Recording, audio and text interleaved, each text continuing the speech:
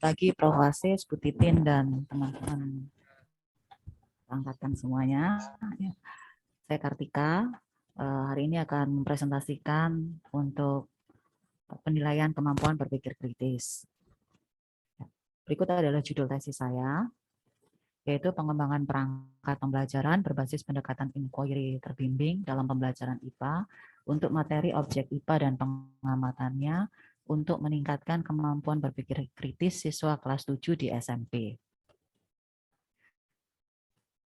Rasionalnya adalah yang pertama, adanya kebutuhan untuk mendapatkan data atau informasi dari proses dan hasil pembelajaran untuk mengetahui seberapa baik kinerja siswa, kelas atau mata pelajaran dibandingkan terhadap tujuan atau kriteria atau capaian pembelajaran tertentu atau yang biasa kita sebut sebagai assessment. Kemudian perlu dilakukan penilaian untuk penyematan atribut terhadap hasil asesmen dengan cara membandingkannya terhadap suatu instrumen standar tertentu atau yang kita biasa sebut dengan grading atau penilaian. Kemudian perlu diberikan pemberian status atau keputusan terhadap suatu hasil asesmen dan penilaian tertentu yang biasa kita sebut sebagai evaluasi. Dan rasional yang berikutnya adalah perlu dikembangkan kemampuan dan keterampilan berpikir kritis bagi siswa SMP kelas 7 yang merupakan peralihan dari bangku SD ke SMP dalam menganalisis materi pembelajaran IPA, terutama materi objek IPA dan pengamatannya karena sebagai materi awal, sehingga siswa tidak hanya menerapkan sistem belajar secara hafalan, namun lebih ke arah pemahaman dan analisis soal. Mengapa rasional yang terakhir ini saya kemukakan? Karena sesuai dengan hasil penilaian selama 5 tahun terakhir di sekolah saya, pada khususnya siswa mengalami penurunan hasil atau nilai selama 5 tahun terakhir. Sementara orang tua dari pihak siswa masih merasa keberatan karena siswa yang selama ini di SD mendapatkan nilai IPA yang bagus, begitu masuk SMP kemudian mengalami penurunan nilai.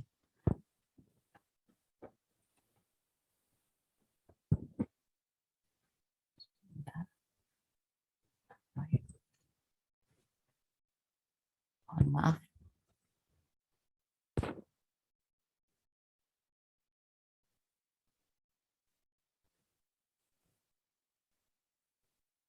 Ya. Kemudian model pembelajaran yang saya gunakan adalah model pembelajaran inquiry terbimbing. Menurut Jauhar 2011, inquiry berasal dari kata to inquiry yang berarti ikut serta atau terlibat dalam mengajukan pertanyaan-pertanyaan, mencari informasi dan melakukan penyelidikan. Dalam model inquiry, guru akan merencanakan situasi sedemikian rupa sehingga siswa didorong untuk menggunakan prosedur yang digunakan para ahli penelitian untuk mengenal masalah, mengajukan pertanyaan, mengemukakan langkah-langkah penelitian, membuat prediksi dan penjelasan yang mendukung pengalaman belajar. Pada inquiry terbimbing, guru membimbing siswa melakukan kegiatan dengan memberikan pertanyaan awal dan mengarahkan pada suatu diskusi. Dalam hal ini, guru bersifat sebagai fasilitator.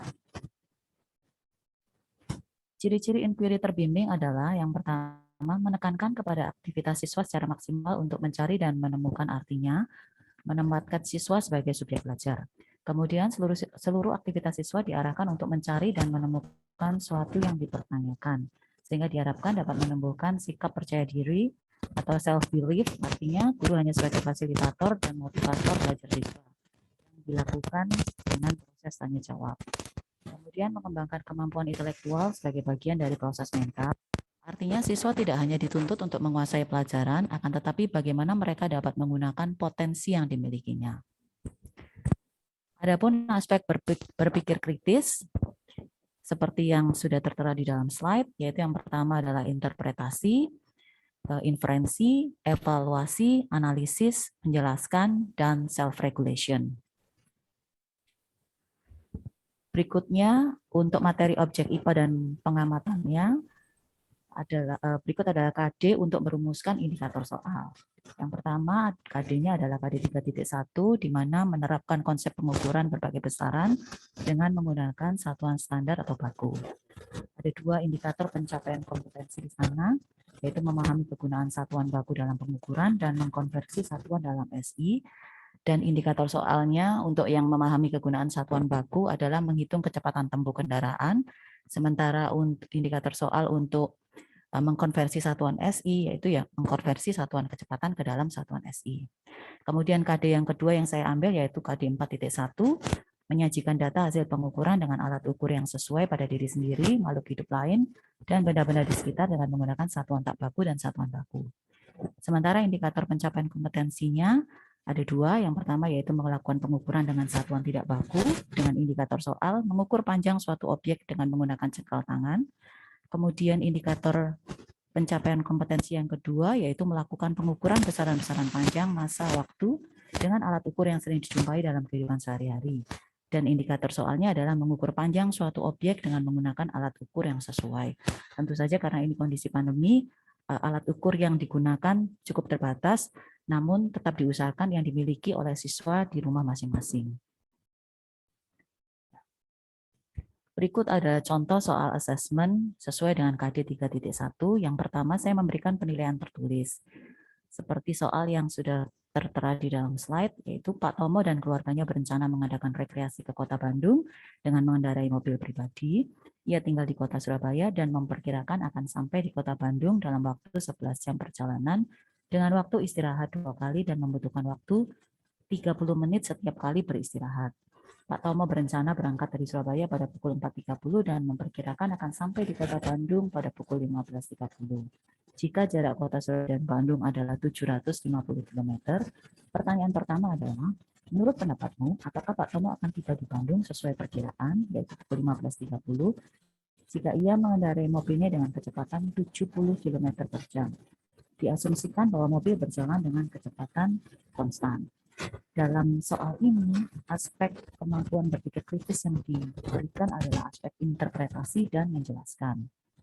Kemudian yang berikutnya, pertanyaan yang B, berapakah kecepatan mobil Pak Tomo dalam meter per second? Konversikan kecepatan mobil ke dalam satuan SI. Untuk pertanyaan B, aspek berpikir kritis yang diberikan adalah aspek analisis.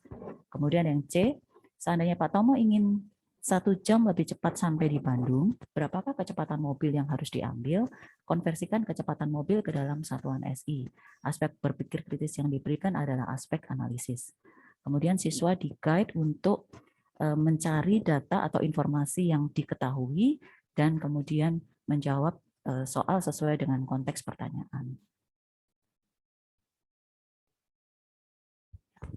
Contoh soal asesmen KD 3.1 yang kedua adalah masih dalam bentuk penilaian tertulis.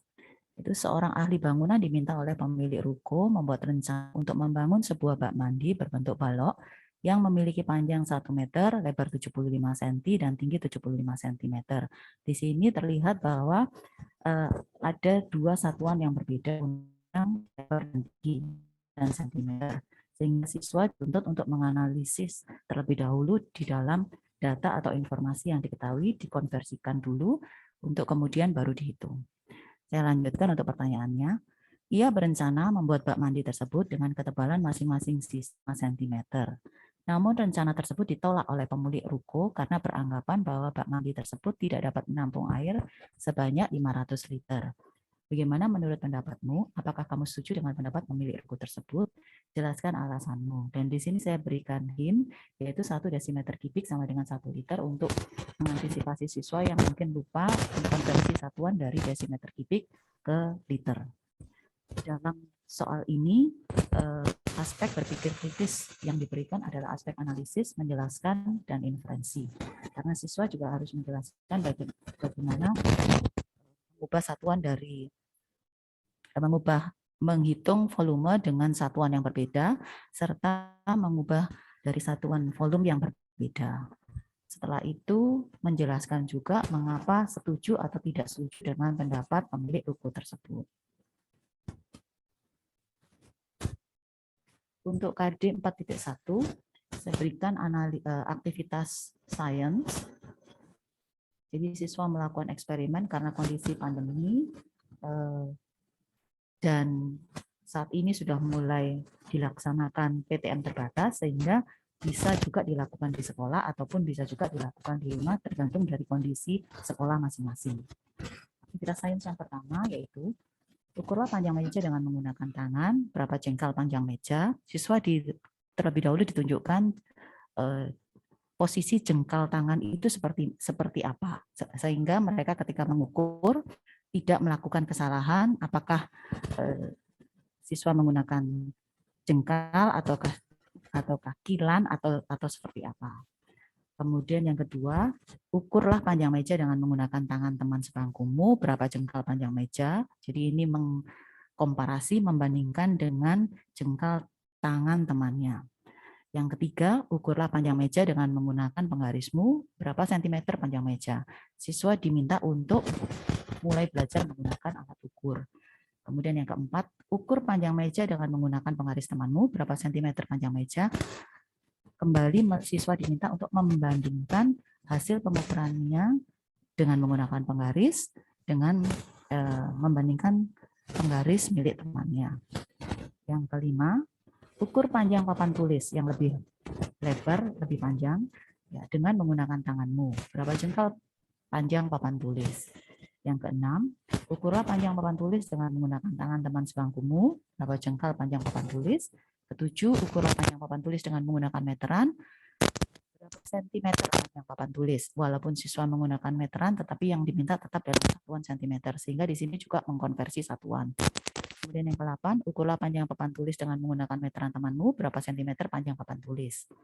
Kemudian yang berikutnya, cari satu objek berbeda yang lain yang kamu temukan di kelas dan ukur panjangnya dengan menerapkan prosedur 1-4. Dan yang terakhir, siswa diminta untuk menyimpulkan beserta menjelaskan di dalam buku tugas masing-masing. Aktivitas berikutnya untuk penilaian KD 4.1 yaitu tujuannya yang pertama yaitu menentukan luas. Kalau tadi panjang, sekarang menentukan luas permukaan meja belajar dengan menggunakan alat dan bahannya yaitu roll meter, meja belajar, dan alat tulis.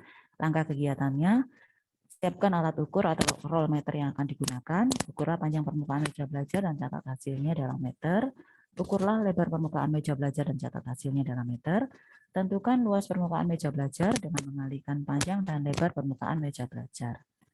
Kemampuan berpikir kritis dari aktivitas ini, siswa diminta untuk menghitung volume sebuah kubus, ya.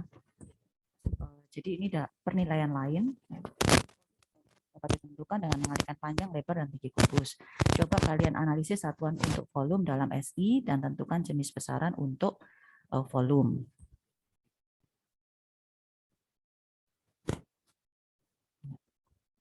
Berikut adalah rubrik penilaian KD 4.1. Karena berupa kegiatan atau proyek, kriteria pertama yang diberikan adalah melakukan kegiatan sesuai dengan prosedur secara mandiri. Jika siswa mampu melakukan kegiatan sesuai prosedur secara mandiri, maka diberikan nilai maksimum 4. Cara nilai adalah 1. Tidak sesuai prosedur sama sekali. Kemudian kriteria kedua yaitu kemampuan menelaah informasi. Yang pertama adalah mempertimbangkan lebih dari satu informasi, yang kedua mengelompokkan informasi yang diperoleh, yang ketiga memberikan tanggapan terhadap informasi yang sudah dikelompokkan. Apabila siswa mampu memenuhi 3 kriteria, maka mendapat nilai maksimum 4. Jika tidak memenuhi kriteria apapun, akan mendapatkan nilai 1, skor 1. Kemudian yang ketiga, kriteria ketiga yaitu argumentasi. Apabila siswa mampu menyampaikan alasan sesuai dengan pokok permasalahan, akan mendapatkan skor 4, sementara jika tidak menyampaikan alasan apapun akan mendapatkan skor 1. Kriteria berikutnya adalah memilih opini yang sesuai pokok pembelajaran. Jika siswa memilih opini tepat sesuai dengan pokok pembelajaran akan mendapatkan skor 4, dan jika tidak pernah memilih opini yang sesuai dengan pokok pembelajaran akan mendapatkan skor minimal yaitu 1. Kriteria terakhir yaitu evaluasi. Jika siswa selalu mempertanyakan ada curiosity dari siswa, akan mendapatkan skor 4. Sementara jika tidak pernah mempertanyakan curiosity dari siswa, akan mendapatkan nilai minimum yaitu 1. Kemudian yang dapat saya sampaikan, kurang lebihnya saya mohon maaf. Saya kembalikan ke Profesor Wasis dan Bu Titin. Terima kasih. Terima kasih Bu Kartika. Saya persilahkan yang memilih variabel sejenis, ada komentar dulu sebelum yang lain.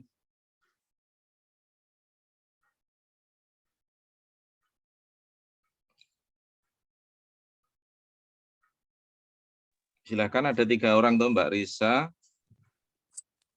Mas Arief, dan Mbak Rizky.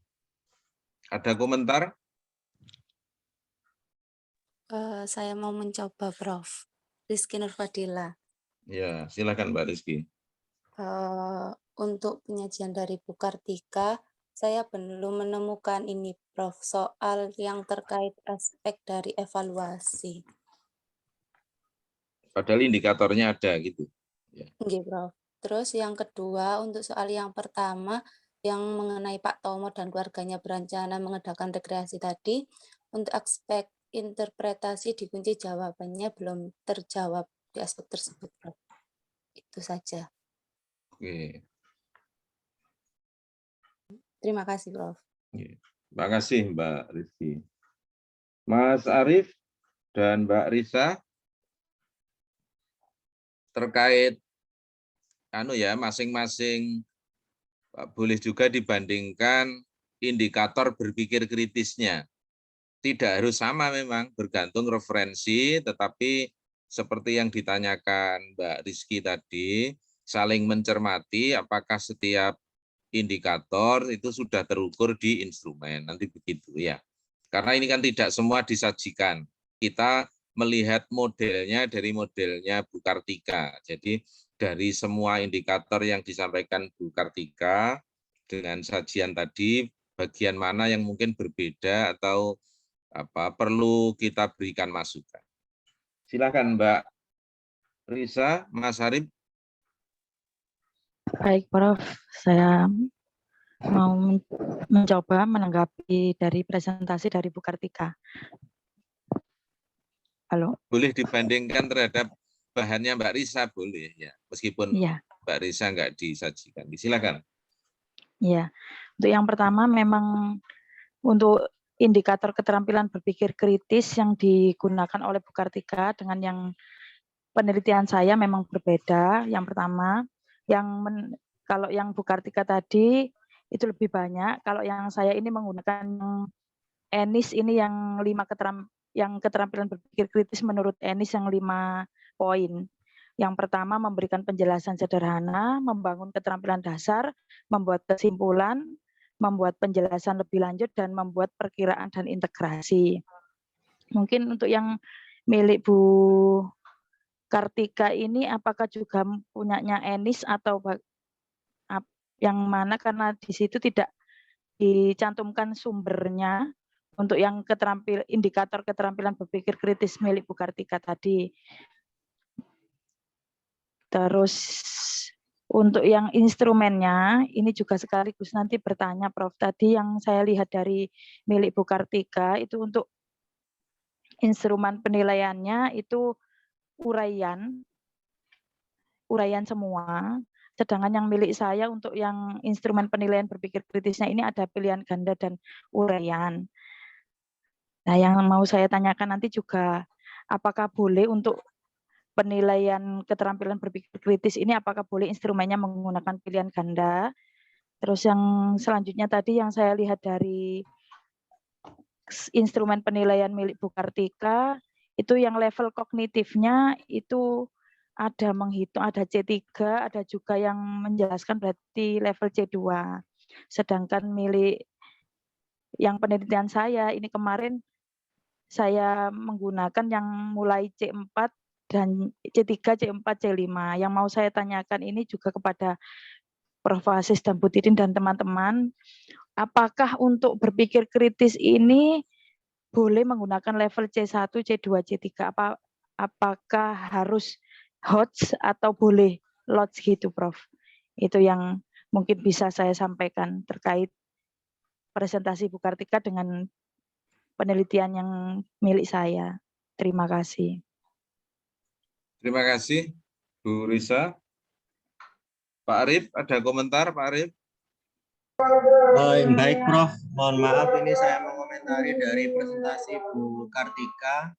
Jadi memang ada sedikit perbedaan dari yang disampaikan oleh Bu Kartika, di mana untuk judul penelitian saya itu mengenai pengembangan perangkat pembelajaran berbasis Toulmin Argumentation Pattern atau TAP untuk melatihkan keterampilan berpikir kritis peserta didik pada materi pemanasan global, di mana pada penelitian saya untuk variabel penelitiannya terdiri dari 3, yaitu ada variabel manipulasi, di mana variabel manipulasinya di sini adalah perangkat pembelajaran berbasis Turing Argumentation Pattern, ada RPP, LKPD, bahan ajar, dan instrumen penelitian. Kemudian untuk variabel kontrolnya ada alokasi waktu, kelas, semester, dan materi yang sama. Untuk kelas 11, semester genap, yaitu materi pemanasan global, dan variabel responnya yaitu keterampilan berpikir kritis.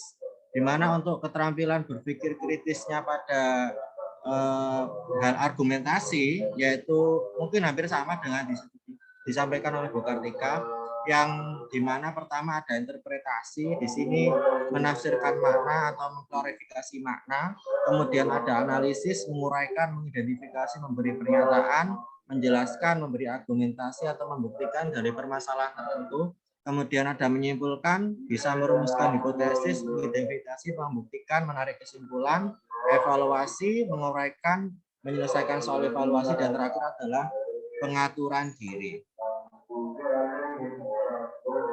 Mungkin itu, Prof. Untuk tipe soal yang saya tawarkan ini lebih kepada uraian, Prof. Jadi untuk level kognitifnya antara C5, C6. Jadi rata-rata C4, C5, C6. Jadi seperti itu, Prof. Untuk instrumen penilaiannya di sini ada kognitif, yaitu kemampuan dalam berargumentasi ilmiah mengenai pemanasan global. Jadi misalnya ada kasus kemudian diargumentasi dan dikaitkan dengan teori seperti itu, Prof. Kemudian untuk afektif, otomatis sikap peserta didik di dalam melakukan atau mengutarakan argumentasinya, kemudian kalau psikomotor di dalam mempresentasikan argumentasi tersebut. Berikut, Prof, yang bisa saya sampaikan terkait dengan penelitian saya. Oke, terima kasih. Semoga Bu Kartika bisa menangkap ya, karena ada background suara yang cukup kencang juga. Silakan Bu Kartika direspon.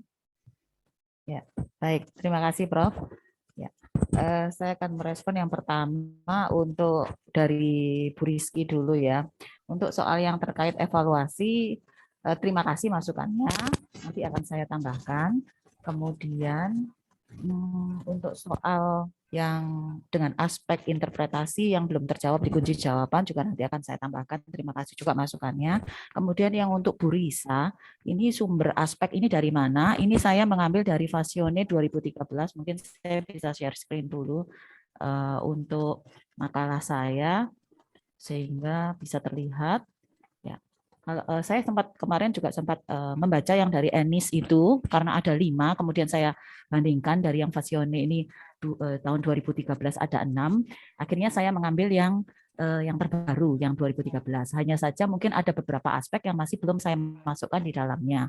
Jadi menurut Fasione tahun 2013 ada 6 aspek berpikir kritis yang terdiri dari interpretasi, inferensi, evaluasi, analisis, menjelaskan, dan yang terakhir adalah self-regulation. Mungkin yang belum masuk di dalamnya adalah self-regulation. Seperti itu. Kemudian ini sumbernya, Prof. Sementara yang lain saya rasa itu ya, yang dari Bu Rizky dan Bu Risa. Sementara tadi yang dari Pak Arief hanya membandingkan saja. Terima kasih juga masukannya. Demikian Prof. Aziz. Saya kembalikan ke Prof. Aziz lagi. Terima kasih Bu Kartika. Yang lain ada komentar sebelum ke saya dan Bu Titin?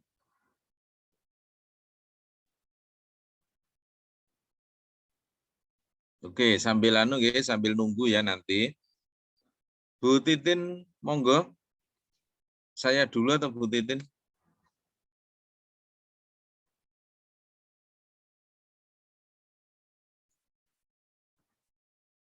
Bu Titin bisa menangkap suara saya? Mohon maaf, ternyata belum. Saya. Ya. Terima kasih Prof. Aziz. Saya duluan ya Prof. Mungkin monggo. Yang menyapu Saya yang kurang itu Prof. Aziz yang menyapu yang kurang. Bagian dungani. Ya, Monggo. Baik, terima kasih presentasinya Bu Kartika. Mungkin saya mengembalikan ini ya ke kitohnya dulu, Prof. Aziz. Bapak Ibu sekalian, dalam mata kuliah ini itu mungkin dominasinya atau fokusnya itu pada kajian variabel yang dipilih ya, secara teoritis sampai menemukan indikator yang nanti akan diukur sesuai dengan variabel yang dipilih. Nah, kebetulan hari ini yang presentasi adalah variabel keterampilan berpikir kritis. Nah, di dalam 4 PPT ya, mungkin di makalahnya sudah disajikan karena saya belum membacanya ya. Saya belum melihat kajian secara rinci keterampilan berpikir menurut beberapa referensi gitu ya. Jadi kalau kita ke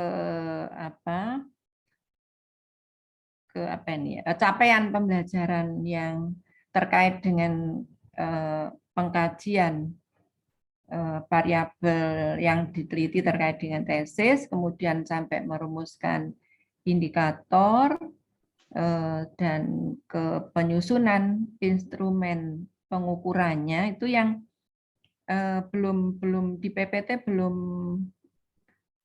ini, mohon maaf ya Bu Kartika, Bu Risa, kajian yang komprehensif ya, komprehensif terhadap keterampilan berpikir kritis itu sendiri. Kemudian nanti yang dipilih yang ini begitu ya. Jadi mungkin di makalah nanti sudah ada, semoga sudah ada.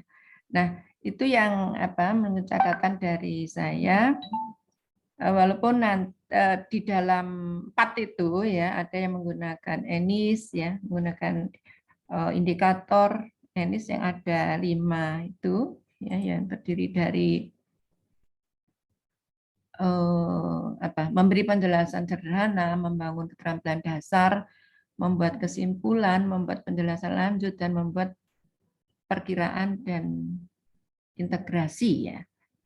Kemudian buat rasionenya itu ada juga 5 ditambah 1, 6 ya, itu self regulation, yaitu mulai interpretasi, interferensi, evaluasi, analisis, eksplanasi, dan self regulation. Jadi tidak apa-apa. Jadi ada yang menggunakan yang pertama tadi dan juga yang kedua. Kemudian sebenarnya ada lagi ya, mungkin kalau menurut taksonomi Bloom itu saya nanti akan diteruskan prosesnya.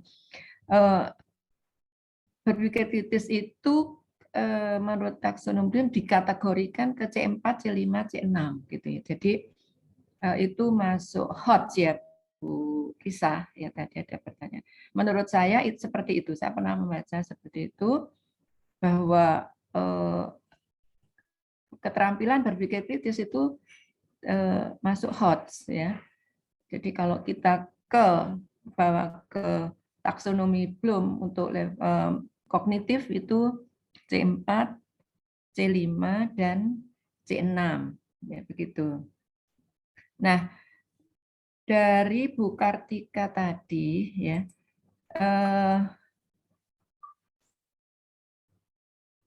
kan salah satu tahapan dari penyusunan instrumen itu diawali dari KD ya Bu ya. Bu Kartika sudah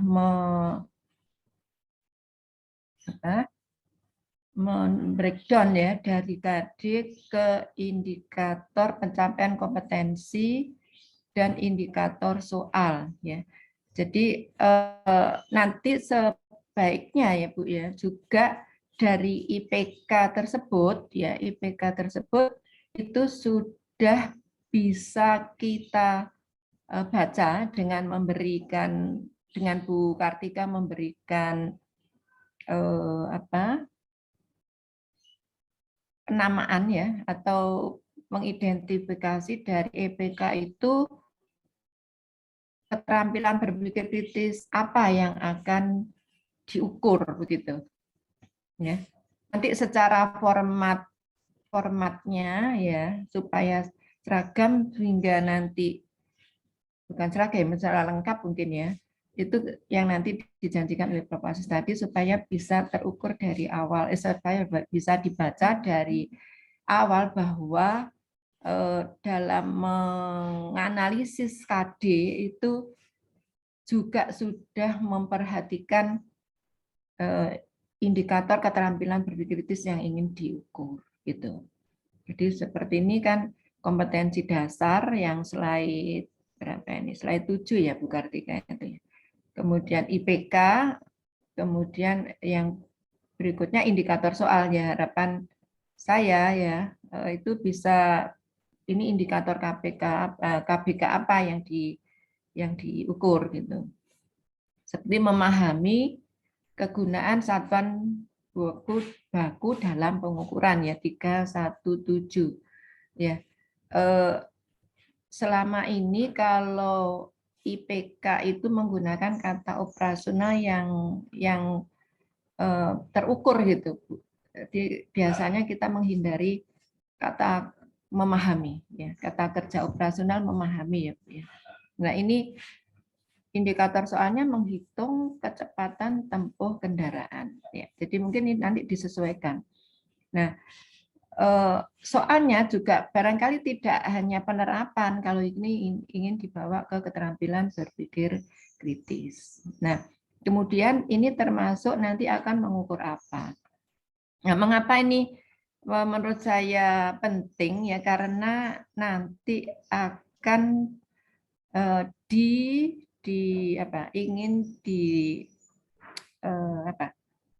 diwujudkan dalam bentuk soal ya, dan dalam bentuk soal untuk mengukur itu. Dan juga kalau sudah diberikan kepada siswa, ini kan nanti akan menjadi hasil yang nanti akan menjadi apa? Hasil itu menjadi data ya, menjadi data yang berbunyi ya, artinya yang memiliki makna begitu ya, supaya datanya itu memiliki mana keterampilan berpikir apa gitu begitu. Dan nanti secara keseluruhan untuk masing-masing indikator keterampilan berpikir kritis itu bagaimana capaiannya. Saya kira itu untuk kajian teoritis sampai muncul indikator, kemudian indikator soal, kemudian indikator pencapaian kompetensi dan indikator keterampilan berpikir kritis. Kemudian juga Bu Kartika ini ya, saya beri masukan pada Bu Kartika untuk satu soal ya, untuk satu pertanyaan ya, misalnya ini soal KD 3.1 nih IPK yang mana juga belum nampak ya Bu. Ya belum, Bu Kartika belum memberikan ini ya slide-nya ya. Mungkin di makalah sudah, tapi di slide yang sempat kami baca ini kalau boleh saya mengusulkan ya, untuk satu pertanyaan itu mengacu pada indikator, salah satu indikator KBK tertentu gitu, supaya nanti itu tadi mudah ya, data itu kita mudah mengolahnya, kemudian memaknainya, ya membahasnya begitu. Jadi misalnya soal yang A ini ya, yang satu soal KD 3.1, saya ulangi lagi. Menurut pendapatmu, apakah Pak Tomo akan tiba di Bandung sesuai perkiraan jika ia mengendarai mobilnya dengan kecepatan 70 km per jam? Ini termasuk interpretasi dan menjelaskan. Nah, ini interpretasinya yang mana, menjelaskannya yang mana. Kalau memang dua soal, mungkin di dalam jawaban itu sampai di mana itu interpretasi, mungkin diketahui itu interpretasi, ya mungkin seperti itu, ya. Kemudian menjelaskannya yang mana. Jadi nanti bisa memberikan makna dari setiap indikator KBK itu. Mungkin yang lain juga demikian. Nah, untuk bisa ditangkap Bu Kartika atau Bu, bisa. Terima kasih. Iya. Saya sangat memahami penjelasan seperti itu. Gitu ya Bu Kartika. Mungkin memang perlu kajian lebih lagi ya Bu ya. Ini kan sudah awal yang baik, kemudian nanti didalami lagi tentang KBK dan implementasinya pada soal yang digunakan untuk mengukur indikator dari KBK tersebut. Jadi memang kan ada irisan ini Bu ya, antara indikator pencapaian kompetensi ya yang Bu Kartika sudah susun di slide berapa ini 7 ini ya, dengan tujuan penelitian Bu Kartika, yaitu di indikator KBK-nya. Dan supaya juga barangkali bisa memaknai atau mengimplementasikan dalam soal ya, diberikan penjelasan masing-masing apa ya, interpretasi itu apa, inferensi itu apa, evaluasi itu apa. Nah, tentang ini sebenarnya di Pak Arief ya, Pak Arief, di Mas Arief itu sudah ada penjelasan. Tapi ini sumbernya dari mana nih Pak Arief? Seperti evaluasi ini tidak disebutkan sumbernya. Contoh evaluasi ini penjelasannya menggunakan strategi yang tepat dalam menyelesaikan soal, lengkap dan benar dalam melakukan perhitungan. Ini Mas Arief mengambil referensi dari mana ini?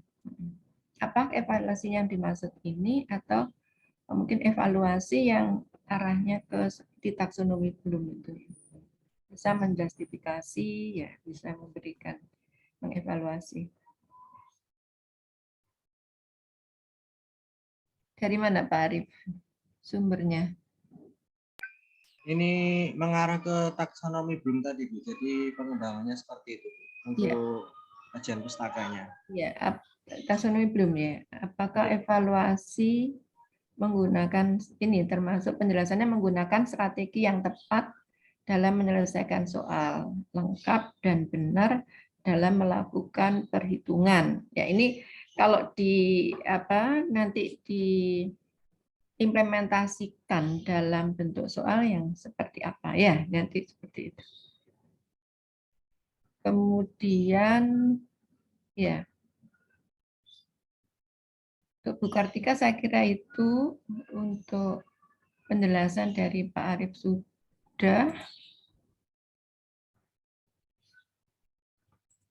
Nah, kemudian Dwi Bu Risa ya, saya mencoba melihat banyak Bu Risa. Bu Risa itu sudah ada ininya lengkap ya Bu ya. Di instrumen yang nanti mungkin polanya atau tabelnya akan dibuat formatnya ya, akan diberikan oleh Prof. harapannya. Jadi ada indikator, ini penulisan yang menurut saya tidak biasa ya. Kalau kompetensi 3.8 itu biasanya indikatornya 381 gitu ya. Oke Bu. Iya, terima kasih. Ini saya baru ingat. Ya, harusnya 3.8.1. Kemudian ini indikator keterampilan berpikir kritisnya ada membuat inferensi atau kesimpulan yang menurut Enis tadi ya. Nah ini ada tujuan pembelajaran ya, nanti siswa dapat menganalisis antara permukaan benda dan gaya terhadap tekanan ya. Jadi memang kita itu kan ada banyak banyak penggunaan istilah atau terminologi yang indikator soal ya, kemudian indikator pencapaian kompetensi, ada tujuan pembelajaran. Nah, di dalam kisi-kisi itu kita yang kita gunakan itu indikator soal ya Bu ya, bukan tujuan pembelajaran gitu. Jadi tujuan pembelajaran ini kita tulis di RPP ya, yang biasanya kita mensepakati dengan mahasiswa itu tujuan pembelajaran itu mengacunya ke proses pembelajarannya. Jadi kalau ABCD gitu kondisinya ke kondisi pembelajaran, sedangkan indikator soal itu mengacu pada kondisi evaluasi gitu. Jadi disediakan ini gambar kalau diberi saya coba buka ini, diberikan gambar ini benda yang luas apa ini, luas alasnya ya, luasannya berbeda-beda. Siswa dapat menentukan misalnya mana yang memiliki tekanan paling besar, kan gitu ya. Itu berarti kondisi evaluasi ya. Biasanya dalam kisi-kisi ini kisi-kisi kan Bu ya. Pada slide berapa slide-nya banyak Bu Risa itu. Slide 26 ya, slide 26 itu. Nah, pencapaian tujuan pembelajaran ini yang kadang kita sepakati walaupun tidak ada yang satu yang benar gitu ya. Jadi tinggal format itu apa yang kita gunakan yang mana. Tetapi yang biasa kita gunakan ya saya juga memberi mahasiswa itu dalam kisi-kisi itu ada indikator soalnya. Ya, ada indikator IPK, kemudian indikator soal, bukan tujuan pembelajaran. Karena kita yang memvalidasi itu bisa menyesuaikan ya antara IPK-nya, indikator soalnya, dan juga soalnya, dan juga ini indikator keterampilan berkritis yang akan diukur. Ini sudah lengkap sebetulnya. Saya hanya mengkritisi yang pencantuman tujuan pembelajaran itu sebaiknya kalau saya nanti akan diseragamkan ya, bukan diseragamkan, akan diberikan yang mungkin lebih bermakna oleh Profesor supaya seragam dalam menentukan, dalam menyusun kisi-kisi ya, supaya kita mudah juga memberikan komentarnya gitu. Kemudian apa lagi ya dia? Nah, apakah hasil ini apakah untuk KBK harus SAT tadi ya? Kalau menurut saya iya ya. Keterampilan berkritis itu memang hot ya Bu ya. Jadi harus bisa melatihkan atau mengukur keterampilan yang berpikir yang tingkat tinggi ya, tentu keterampilan berpikir kritis itu, karena memang ini disarankan untuk dilakukan penilaian yang 4C itu adalah termasuk HOTS. Jadi kalau taksonomi kita bawa ke taksonomi belum itu ya C4, C5, C6. Ya, tinggal nanti itu indikator yang mana begitu.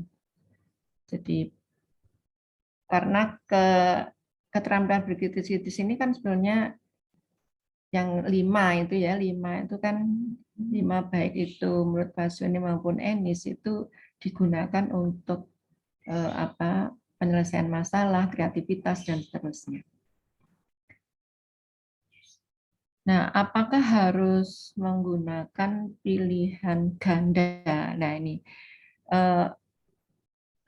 kalau kita melihat soal itu ya, menurut saya ya, bahwa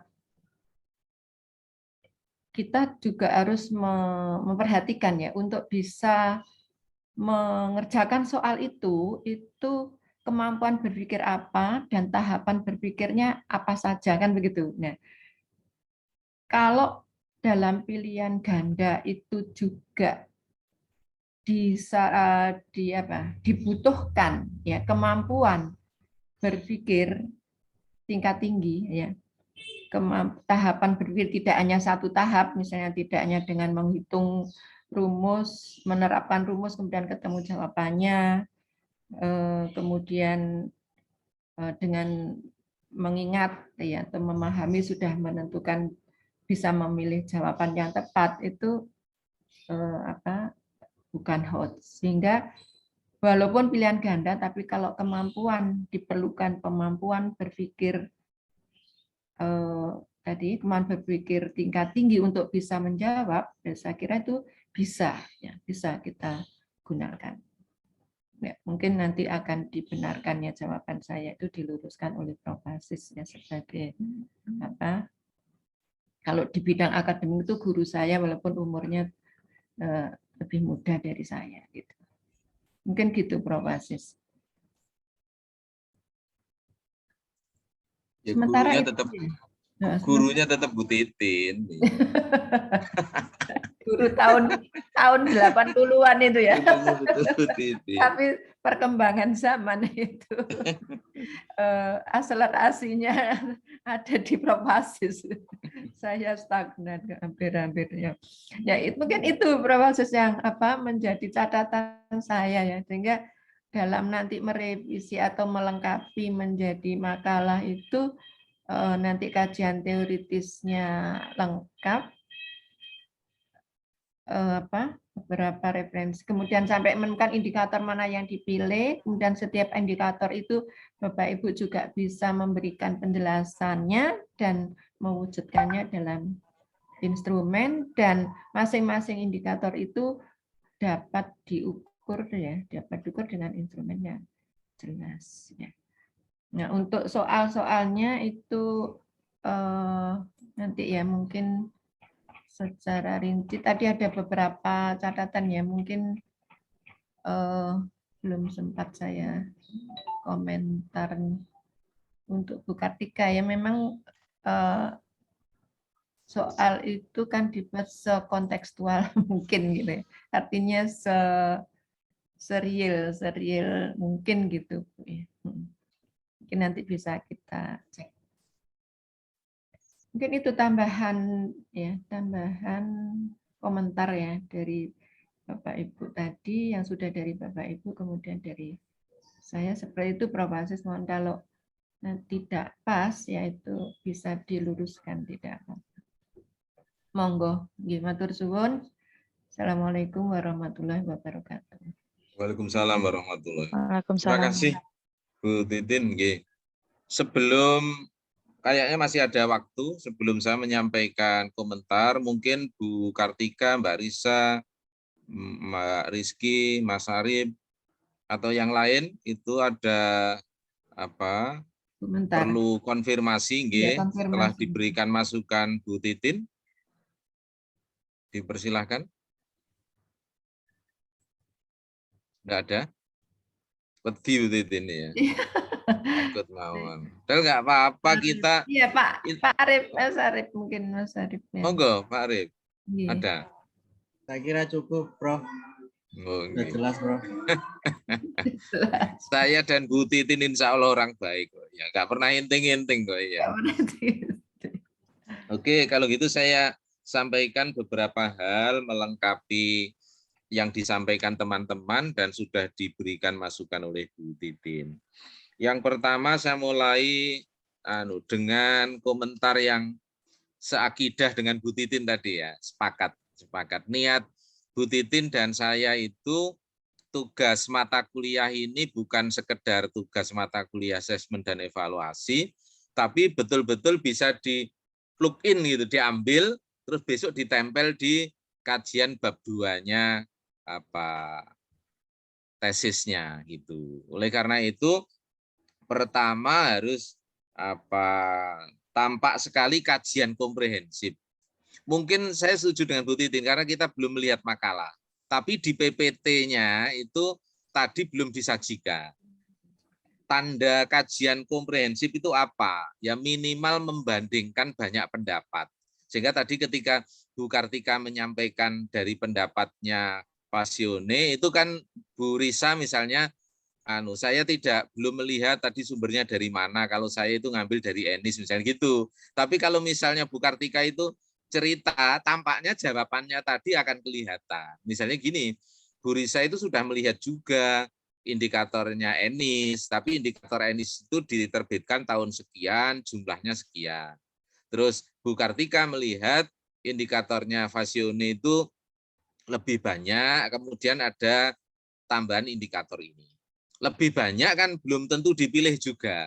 Nah, mungkin berarti setelah ada kajian komprehensif, itu seperti diminta Bu Titin, setelah membandingkan sana-sini, kemudian menghubungkan dengan kebutuhan Bapak Ibu di mata pelajaran kita, terus Bapak Ibu itu kalau S2 cukup milih lah menurut saya. Karena kalau Bapak Ibu mengembangkan sendiri nanti ditanya argumentasi teoritisnya agak berat ya. Itu S3. Kalau Bapak Ibu semangat kita dorong ya. Kalau S3 kan justru tidak bisa menerima teori yang sudah dibangun oleh ahli sebelumnya. Oleh karena itu kalau S3 itu ada kebaruan dari sisi teori. Kalau S2 tidak harus itu. Karena kalau melakukan itu jenengan nanti pertanyaannya menjadi berlanjut terus oleh penguji.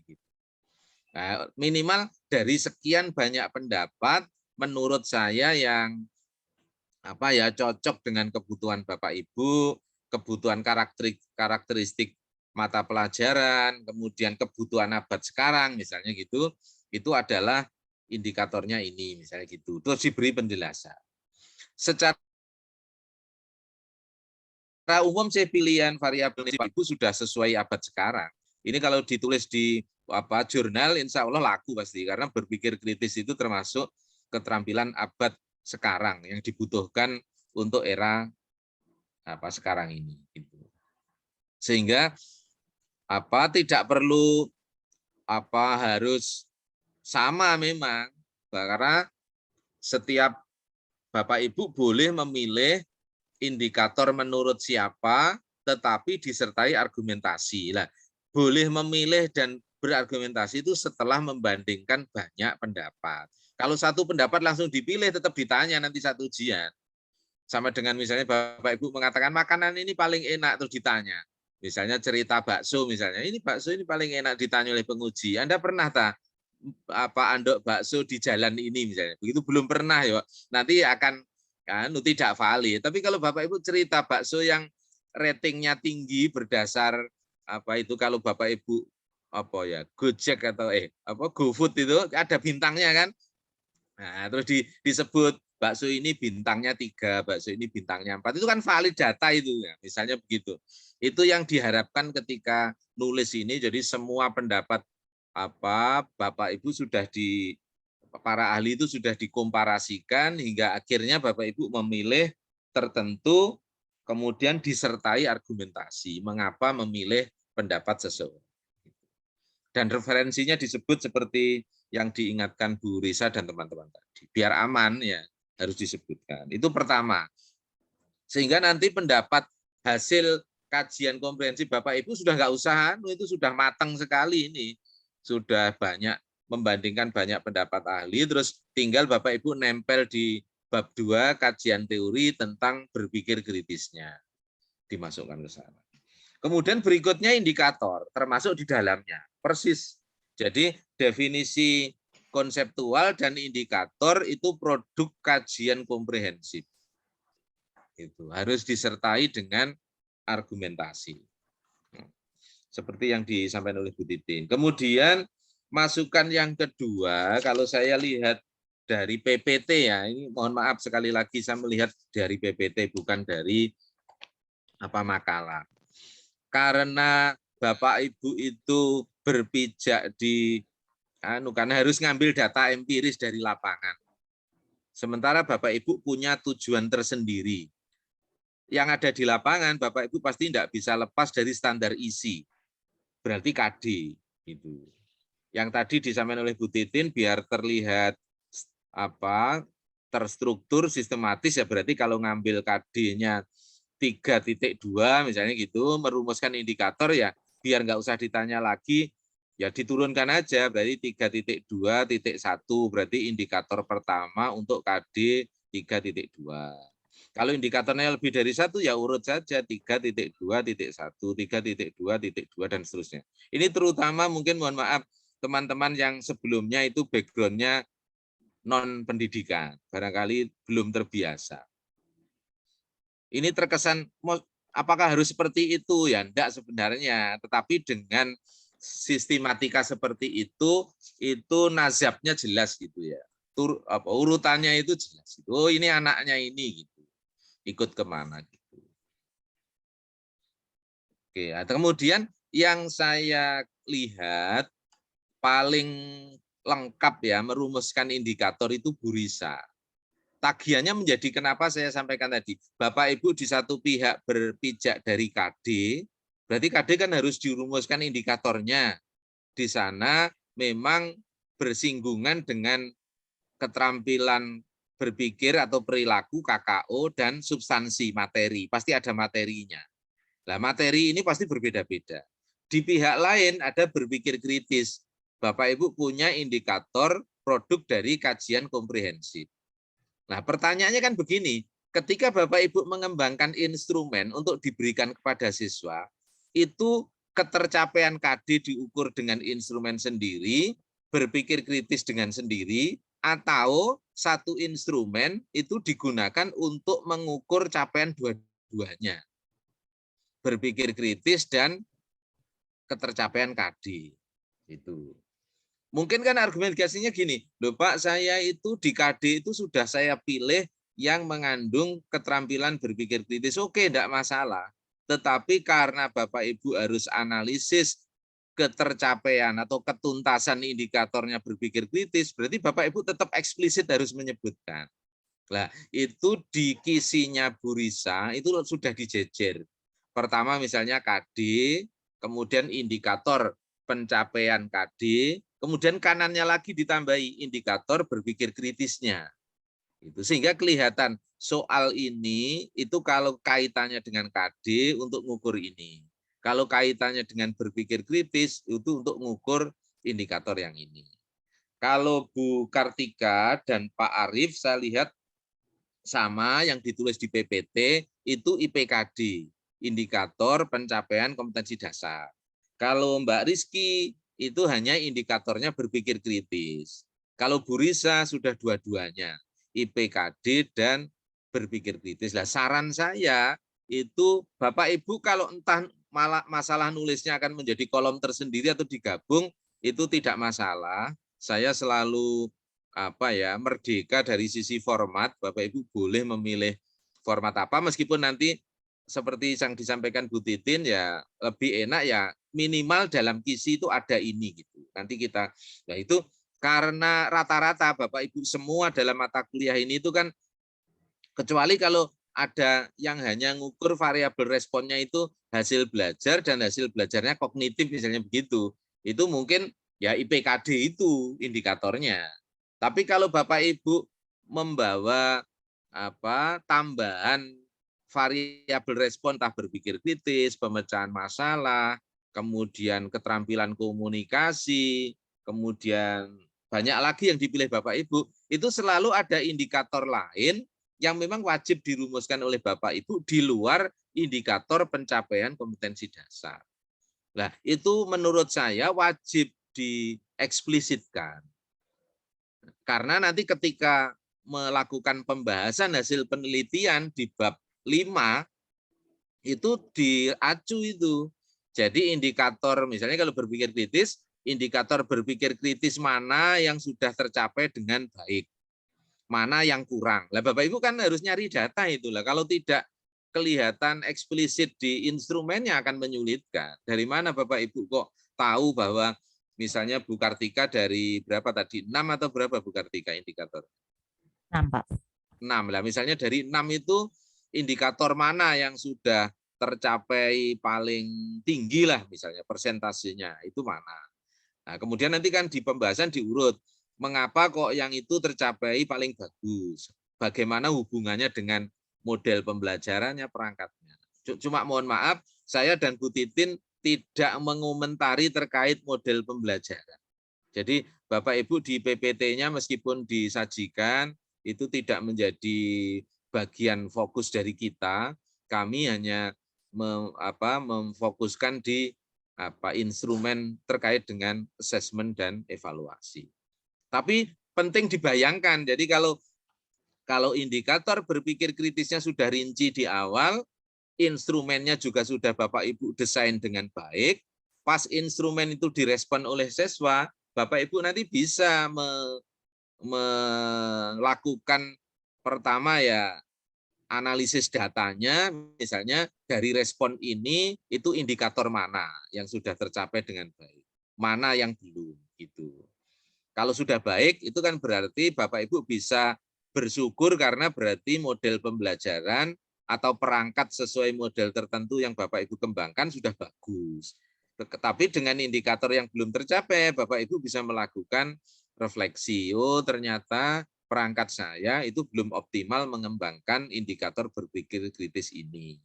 Ke depan bisa diperbaiki lagi atau bagaimana gitu, menjadi saran di tesisnya untuk orang lain dan seterusnya. Jadi kalau isinya, rancangan instrumennya sudah clear di depan, itu jadi indikatornya ini diukur dengan instrumen mana, nanti data dan analisisnya menjadi mudah dan clear, jelas itu.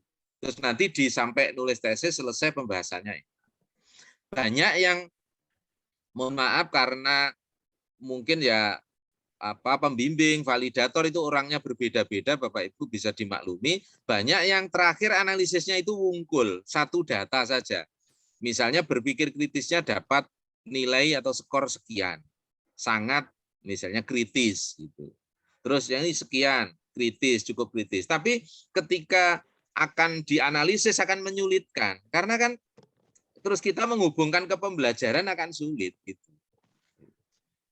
Apakah misalnya bedanya anak ini dengan itu di mana, dan apakah ketika kita akan mengklaim ya bahwa peningkatan berpikir kritis itu karena perangkat yang kita kembangkan, nanti buktinya tidak kelihatan.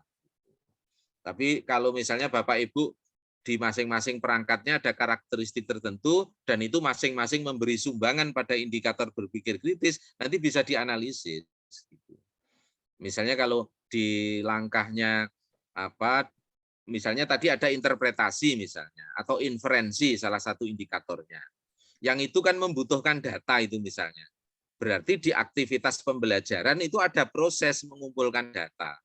Dan nanti apa iya kelompok atau siswa yang selama ini cermat dalam melakukan analisis data, itu nanti keterampilan berpikir kritis, inferensi, dan interpretasinya lebih tinggi daripada kelompok lain atau anak lain. Kan bisa ditarik benang merahnya. Tapi kalau wungkul datanya langsung data general wungkul satu akan menyulitkan. Oleh karena itu kita ingatkan sejak awal. Jadi tapi kami menyarankan minimal saya, semoga Bu Titin nanti kalau misalnya ada yang tidak sepenuhnya seiman ya boleh menyampaikan tambahan. Kalau saya menyarankan biar siswa tidak terlalu payah, energi Bapak Ibu cukup, tidak usah berpikir KD diukur instrumen tersendiri, berpikir kritis tersendiri. Karena toh itu sebenarnya kan Bapak Ibu ketika punya niat mengembangkan berpikir kritis itu sudah milih KD yang relevan. Kalau KD-nya nggak relevan juga menjadi pertanyaan. Contoh misalnya Bapak Ibu milih meningkatkan keterampilan berpikir kritis, tapi Bapak Ibu milih KD-nya C2 menjelaskan misalnya gitu. Itu kan enggak cocok karena nanti menjelaskan nggak sampai. Maka Bapak Ibu tadi saya lihat pilihan KD-nya sudah tepat, menganalisis rata-rata. Menganalisis gitu, mungkin mengevaluasi bahkan. Nah, itu. Jadi silahkan dicek lagi, tapi titipan saya di dalam kisinya sebelum mengembangkan instrumen antara indikator pencapaian kompetensi dasar dan indikator berpikir kritisnya itu disinkronkan, terus diletakkan di satu tabel kisi-kisi sehingga nanti ketika akan menulis soalnya itu memudahkan. Kemudian menguatkan yang disampaikan Bu Titin di assessment itu memang satu indikator itu sebaiknya diukur dengan satu alat ukur. Atau alat ukur, saya balik sebenarnya unidimensi alat ukurnya sebenarnya. Selama ini alat ukur itu selalu didesain untuk satu keperluan, termasuk sama dengan di kita lah, di fisika. Meskipun kita punya multimeter atau multitester, multimeter AVO. itu barangnya satu, tetapi ketika akan digunakan untuk mengukur tegangan kan saklarnya tetap diputar dulu ke voltmeternya. Ketika mengukur kuat arus ke ampere meter, artinya berarti setiap alat tetap diniatkan untuk mengukur satu dimensi tertentu. Lah, itu tadi yang disebut oleh Bu Titin, Bapak Ibu jangan menulis di satu indikator itu dan. Kalau dan nanti akan merepotkan. Ya lebih baik kalau dan ya nggak apa-apa, misalnya memang satu soal tapi sudah dipilah juga respon sampai ini itu untuk mengukur indikator ini, respon sampai ini sampai ukur. Sehingga kalau kata kuncinya sampai di sini berarti yang terukur adalah indikator yang mana. Begitu. Harus clear. Tapi lebih mudah memang satu indikator dituliskan itu untuk mengukur satu kemampuan tertentu. Sehingga nanti masalah Pak, apakah instrumennya harus misah? Nah, ini yang kalau stimulusnya Bapak Ibu enggak masalah menurut saya.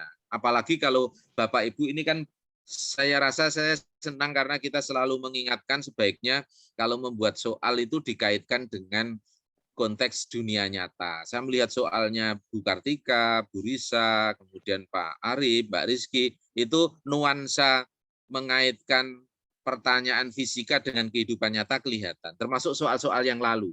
Tidak hanya yang literasi sains, biasanya seolah-olah dulu itu yang hanya punya kewajiban mengaitkan literasi sains, padahal ya enggak.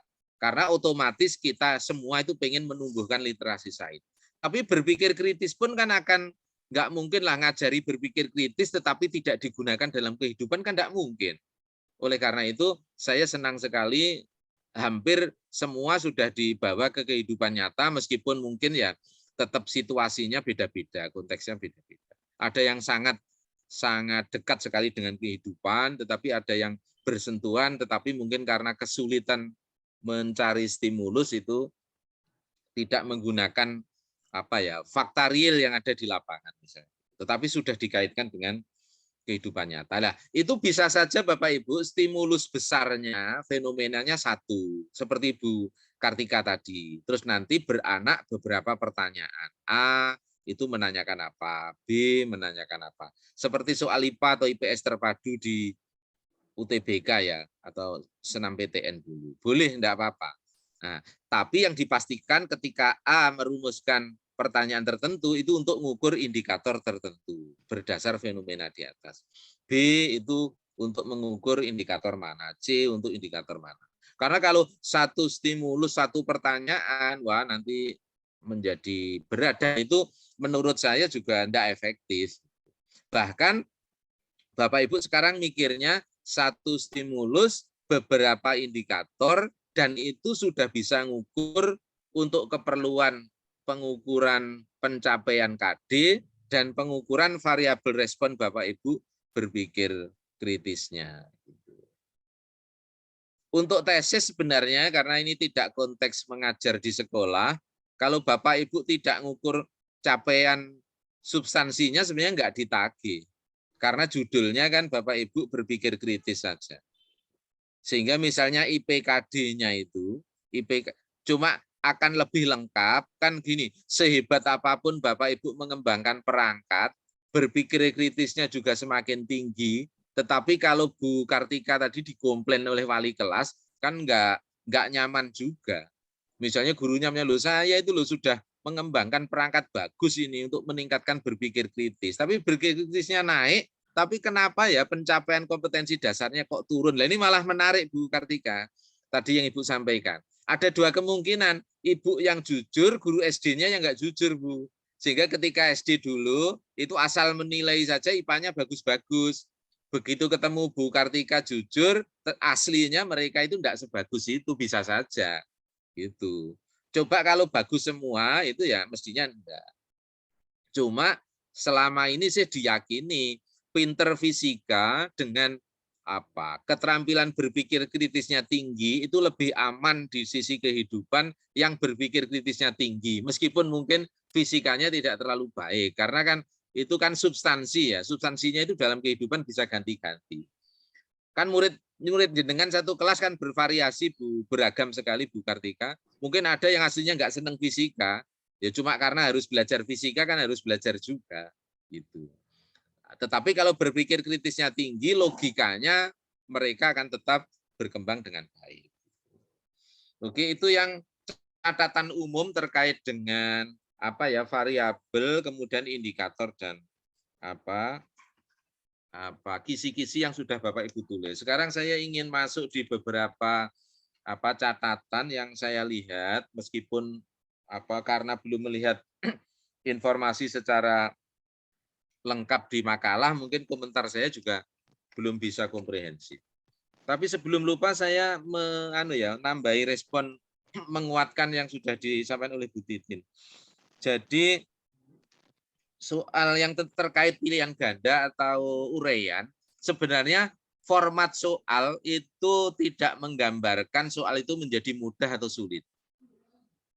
Karena secara konseptual teori, soal pilihan C1, C1 sampai C6 itu menggunakan format pilihan ganda dan uraian itu sama baiknya. Asal instrumennya dikembangkan dengan baik. Jadi jangan berpikir kalau soal pilihan ganda itu akan menjadi lebih mudah dibandingkan soal uraian. Nah, mungkin kita confused. Loh Pak, tapi kalau soal pilihan ganda kan bisa dijawab dengan guessing saja. Ngawur maksudnya, untung-untungan. Memang bawaan lahirnya soal pilihan ganda begitu.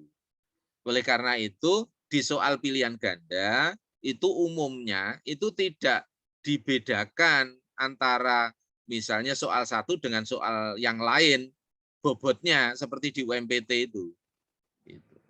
Tetapi kalau soal uraian karena jawabannya ditulis dengan jelas, tampak buktinya, itu akhirnya pensekoran analitisnya itu bisa. Kalau sampai langkah sekian, itu skornya sekian. Kalau sampai langkah sekian, itu sekian, dan sebagainya. Tapi kalau soal pilihan ganda memang levelnya meskipun tinggi, karena tetap bisa guessing, ya itu tidak bisa dihindari. Tetapi kita tidak memikirkan orang yang guessing. Kenapa? Orang yang menjawabnya dengan guessing, untung-untungan, jawabannya pasti tidak konsisten. Tidak akan konsisten. Itu sudah terbukti secara teori. Anak yang kemampuannya baik, itu diukur pakai soal pilihan ganda atau soal uraian, itu korelasinya harus tinggi. Itu analisisnya multi-treat, multi-method. Artinya orang itu kalau kemampuan yang sama itu harusnya tidak berbeda meskipun diukur dengan alat ukur formatnya beda. Oleh karena itu kalau Bapak Ibu pengen melihat validitas soal yang dibuat Bapak Ibu, itu antara lain boleh menggunakan tadi hal yang sama Bapak Ibu tulis dalam bentuk pilihan ganda dan uraian. Itu nanti diberikan kepada siswa. Kalau nanti jawabannya itu korelasinya rendah, berarti soal Bapak Ibu nggak valid. Tapi kalau korelasinya tinggi, jadi anak itu diukur pakai soal pilihan ganda atau uraian. Kalau anaknya pinter, tetap hasilnya baik. Kalau anaknya nggak pinter, mungkin di beberapa tempat guessing, tetapi untung-untungan nasibnya baik. Tetapi di soal yang lain menjadi tidak baik, kalau ngawur. Tapi kalau jawabnya selalu dengan bernalar, itu tetap baik soal pilihan ganda atau soal uraian, itu tetap kemampuannya baik. Sehingga kalau dikorelasikan hasil keduanya harus tinggi kalau dari kemampuan yang sama. Itu salah satu metode di pengukuran. Oleh karena itu, Bapak Ibu harus yakin soal pilihan ganda pun kalau dirancang dengan baik dan direspon dengan baik, asumsinya, itu tetap bisa digunakan mengukur kemampuan dengan baik. Memang soal uraian lebih lengkap informasinya karena responnya bisa dideteksi lebih akurat karena semua dituliskan. Oleh karena itu kalau soal soal uraian wajib ada pedoman pensekoran. Tidak boleh kalau nggak ada pedoman pensekorannya. Termasuk ini saya ngambil contoh dari soalnya Mas Arief kalau tidak salah. Soalnya Mas Arief itu soal nomor 1 yang saya lihat itu soal uraiannya, nanti bisa dilihat kan slide-nya Mas Arief diberikan Bapak Ibu. Ini mohon maaf Mas Arief bukan dalam rangka artinya ini saling menggunakan untuk belajar bersama, bukan menjelek-jelekan Mas Arief, bukan. Misalnya stimulusnya Mas Arif itu sudah bagus menggunakan data pencemaran kalau tidak salah itu. Tetapi tabel dengan kalimat stimulus soal bisa dibuka itu kurang klik gitu. Jadi pertanyaannya itu kaitan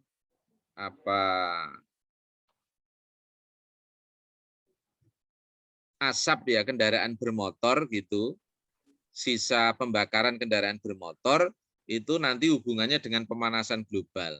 Tetapi tabelnya itu lebih bagus lagi kalau misalnya tabelnya memang berkaitan dengan kendaraan bermotor menghasilkan gas sisa pembakarannya apa. Di sana hanya komponen gas yang menyebabkan pencemaran, tapi tidak eksplisit dikaitkan dengan kendaraan bermotor.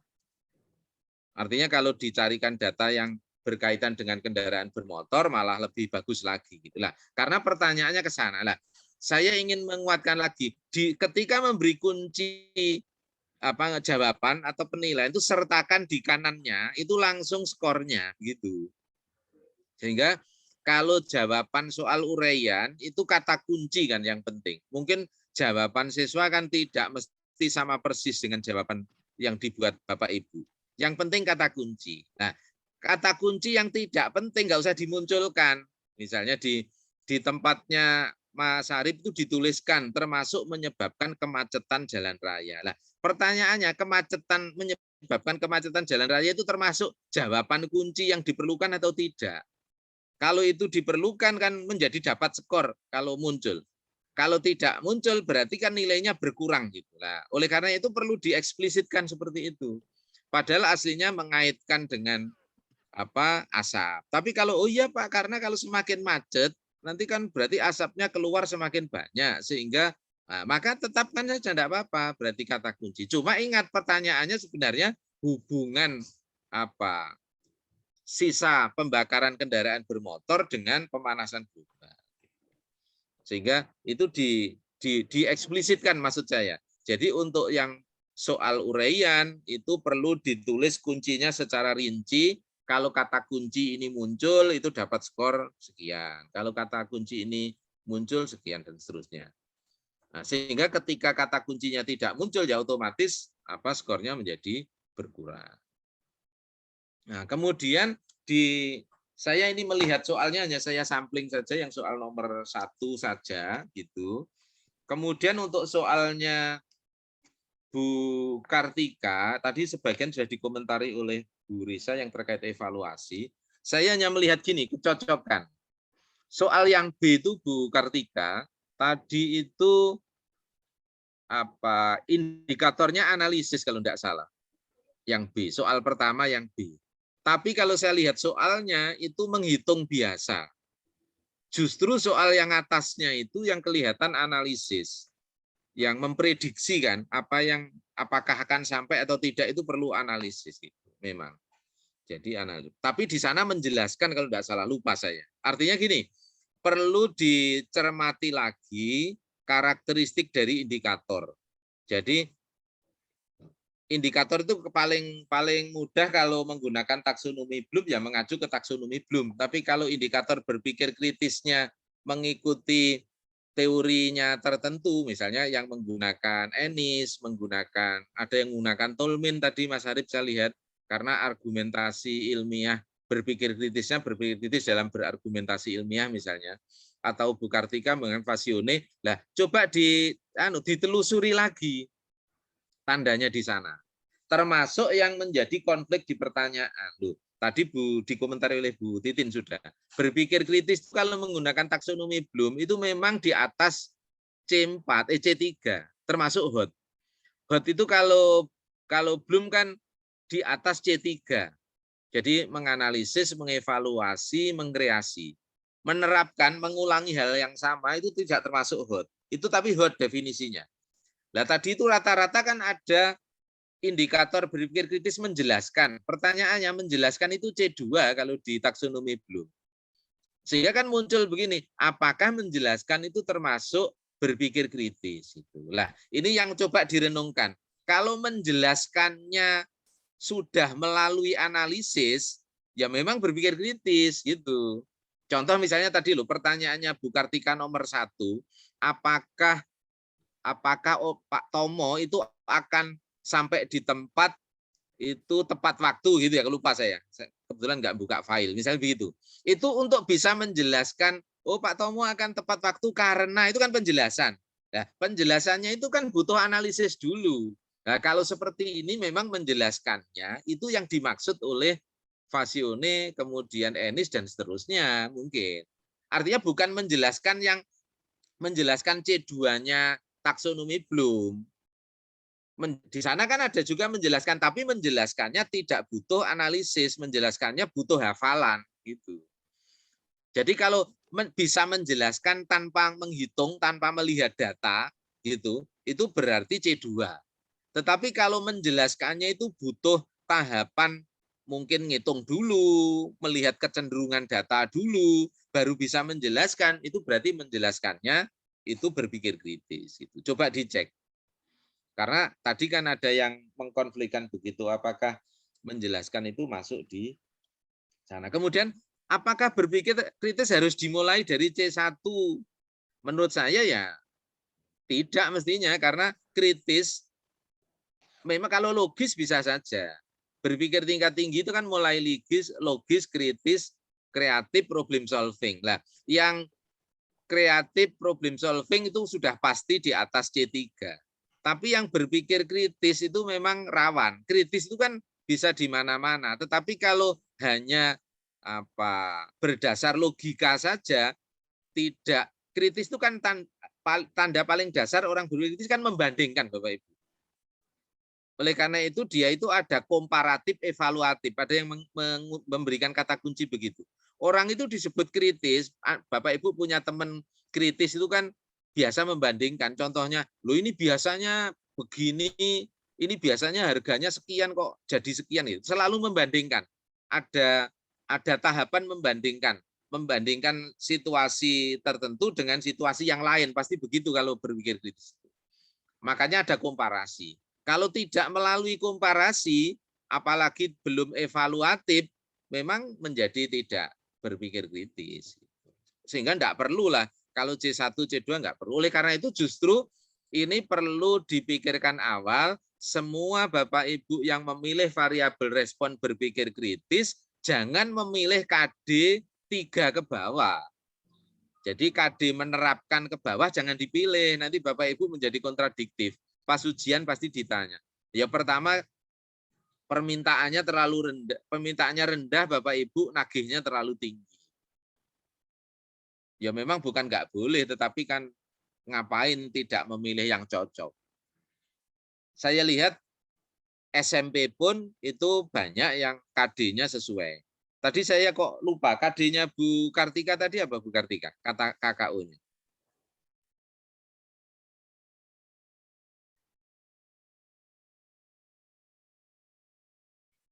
Menerapkan, Prof. Oke. Yang C3 pertama ya aslinya. Iya, C3 ya. yang Oke, jadi nanti di 3.1 menerapkan, yang 4.1 menyajikan. ya kalau yang 4.1 menyajikan itu pasti ada berpikir kritisnya. Nah, yang menerapkan itu menjadi kritis ketika memang Bu Kartika menggunakan situasi dunia nyata. Sama dengan HOT. Jadi HOT itu bisa masuk di HOT menerapkan itu jika menggunakan situasi kehidupan nyata. Sehingga nggak bisa hafalan. Ya seperti tadi ketika Bu Kartika menggunakan situasi perjalanan Pak Tomo itu yang situasinya itu tidak seperti di pembelajaran, ya anak pasti menggunakan berpikir kritis. Tapi kalau di KD SMP ada menganalisis Bu Kartika, itu lebih aman lagi, pilihlah KD yang menganalisis. Itu pasti kelihatan tuntutannya lebih tinggi. Kemudian untuk soalnya Bu Risa yang nomor 1, Bu Risa, itu indikatornya membuat inferensi, saya lihat. Tetapi soalnya saya lihat menentukan, ngitung. Ngitung itu belum cukup kalau gini, termasuk soalnya itu kan anu ya, Bu Risa, sebentar. Bu Risa, soal nomor 1 apa Bu Risa? Soal yang nomor 1 ini yang keempat, balok di bawah mempunyai massa yang sama sehingga beratnya Oh juga iya, ya, sama, ingat. maka balok yang memberi tekanan paling besar. Ya, itu Gambar kalau 4 balok. misalnya Bu Risa tidak ngukur soal berpikir kritis, itu soal itu untuk ngukur apa biasanya? Kalau IPKD apa? Kalau misalnya indikatornya itu untuk mengukur pencapaian kompetensi dasar, biasanya rumusan indikatornya apa kalau soalnya itu? Kalau di sini menganalisis pengaruh luas permukaan dan gaya terhadap tekanan, Prof. Oke. Itu misalnya gini, Bu Risa. Atau menerapkan juga bisa menghitung ini. Enggak, itu karena kebiasaan. Soal itu kan sudah biasa muncul aslinya. Enggak, Iya, saya Prof. itu aslinya pengen mendorong begini. Inferensi itu kan inferensi ya pengennya. Inferensi itu kecenderungannya itu gandeng dengan data, Bu Risa. Makanya biar enggak menjadi kesan soal yang biasa, soal itu diubah menjadi data, Bu Risa. Data. Jadi misalnya ada kolom, misalnya balok itu 1, 2, 3, 4, 5 gitu, terus ada dimensinya, gitu, terus masanya dibuat sama, gitu, jadi data bentuknya. Nah, terus berdasar kecenderungan data itu kan nanti kan sebenarnya kalau dia praktek nanti kan ada analisis itu, analisis data. Jadi dia menghitung luasan, kemudian menghitung beratnya, baru tekanan ya yang ditanyakan ya. Tekanannya Ya, misalnya begitu. tekanan Ya, paling besar. itulah. Itu baru keterampilan inferensinya muncul. Tetapi kalau sudah hafal, itu kalau dengan gambar balok tetap balok seperti itu soal di buku-buku sudah banyak, anak nanti tahu. Pokoknya yang luasnya paling kecil mana langsung selesai. Meskipun itu juga boleh sih sebenarnya, tetapi karena sudah sering itu perlu dipresentasikan itu dalam bentuk yang lain. Lah umumnya itu keterampilan inferensi itu akan menjadi tumbuh dengan baik itu dari kecenderungan melihat data, grafik atau tabel begitu. Saran saja Bu Risa, mungkin soal itu tetap oke. Bahkan itu soal itu juga ada yang itu kalau pada tahap mana yang paling itu kan biasanya kata kunci evaluasi Bu Risa. Sudah. Ada yang begitu. Jadi misalnya itu kalau dikaitkan dengan keperluan lain itu misalnya orang memerlukan tekanannya sekian tapi ruangannya itu kecil misalnya gitu atau ruangannya seberapa nanti bisa dipilih balok mana yang dipakai untuk dipilih misalnya.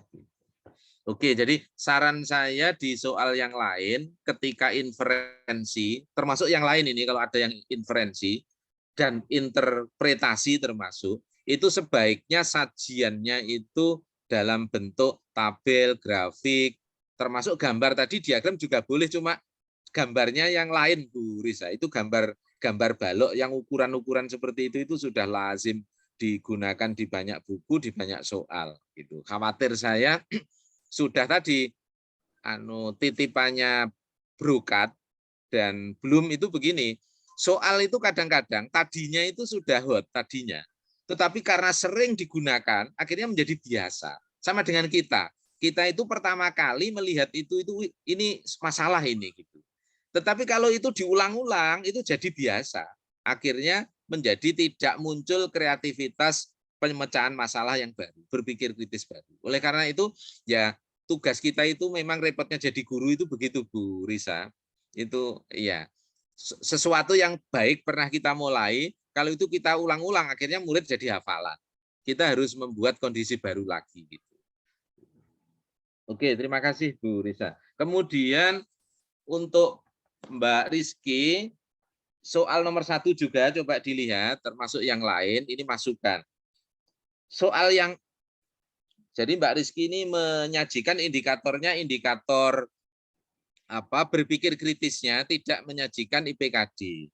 Nanti digabungkan saja agar satu soal itu sudah bisa mengukur KD-nya yang ingin diukur, kemudian termasuk berpikir kritisnya. Lah, di satu soal itu soal yang pertama itu di dalam kurung itu ditulisi menjelaskan indikator apa berpikir kritisnya. Terus ya itu sudah benar, tapi yang B-nya itu kan interpretasi. Tetapi depannya itu perintahnya jelaskan juga. Nah, itu yang menurut saya juga menjadi confuse. Sebenarnya apa bedanya menjelaskan dengan interpretasi? Menjelaskan itu bisa saja, kalau interpretasi itu kan harus dimulai dari membaca informasi sendiri, kemudian baru pemaknanya seperti apa. Gitu. Oleh karena itu saran saya interpretasi itu juga dimulai dari kumpulan informasi yang setiap orang bisa saja nanti pembacaannya beda-beda. Kalau informasinya langsung wungkul satu gitu, itu nanti bisa semua orang itu mirip gitu. Itu tidak begitu bisa mengembangkan berpikir kritis dalam konteks interpretasi. Saran saya berarti ya silahkan informasi itu disajikan ada dalam bentuk tabel, gambar, grafik itu. Baru nanti dari tabel, gambar, grafik itu setiap siswa diminta menginterpretasi gambar atau grafik itu. Saya yakin nanti jawabannya menjadi jauh lebih beragam dan itu menumbuhkan apa interpretasi yang dan interpretasi itu kan jawabannya tidak hanya satu. Bapak Ibu, artinya kalau Bapak Ibu membuat pedoman pensekoran itu apa bisa apa bermacam-macam gitu. Dan itu bisa justru untuk mengembangkan berpikir tingkat tinggi bagus sekali. Dan berpikir kritis atau berpikir termasuk berpikir tingkat tinggi itu apa mudah mengembangkan soalnya tetapi ribet dari sisi koreksinya. Itu harus disepakati sejak awal gitu. Karena sudah sifatnya jelas divergen soalnya. Divergen itu berarti jawabannya lebih dari satu. Maka kalau Bapak Ibu menghitung terus ketemu satu jawaban, itu sebenarnya tidak termasuk berpikir tingkat tinggi. Karena kan jawabannya sama itu. Berarti hanya mengulangi dari sesuatu yang Bapak Ibu ajarkan. Tetapi kalau meskipun ngitung tapi bisa berbagai jawaban, berarti itu termasuk berpikir tingkat tinggi. Mungkin itu tambahan komentar saya Bapak Ibu.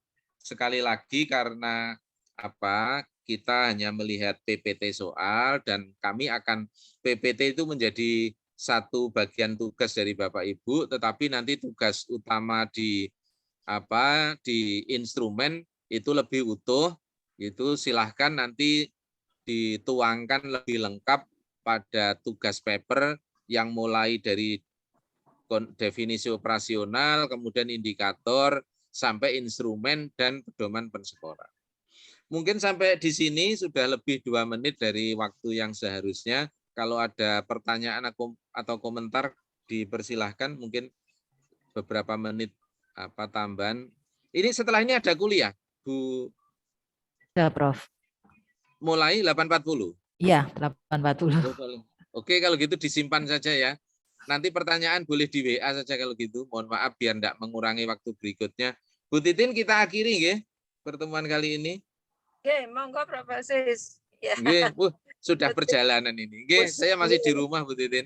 Terima kasih. Mohon maaf.